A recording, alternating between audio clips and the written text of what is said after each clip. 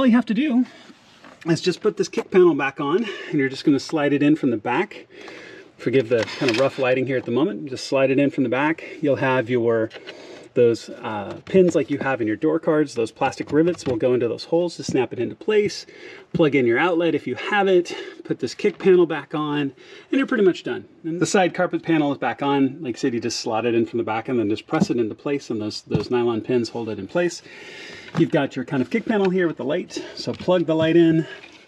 It slots in from the back. You kind of slot it in and then feed it up into place, and then you're going to put those 2 twist screws, one here, one there, and then the one normal metal screw right there, and you're all done.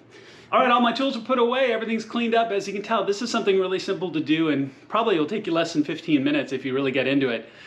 The part numbers that you'll need is listed below. Always confirm against your own car to make sure that it is the right one, but if you have the same generation of X5 or even a lot of the 5 Series, it's going to be the same FSU.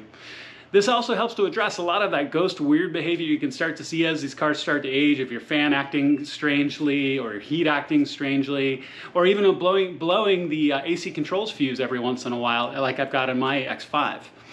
So thank you so much for watching. Everything you need is listed below. Please click subscribe and the little alarm bell. It makes a huge difference to my channel, and I have a ton of projects coming up across multiple platforms of BMW, and I look forward to seeing you on my next project.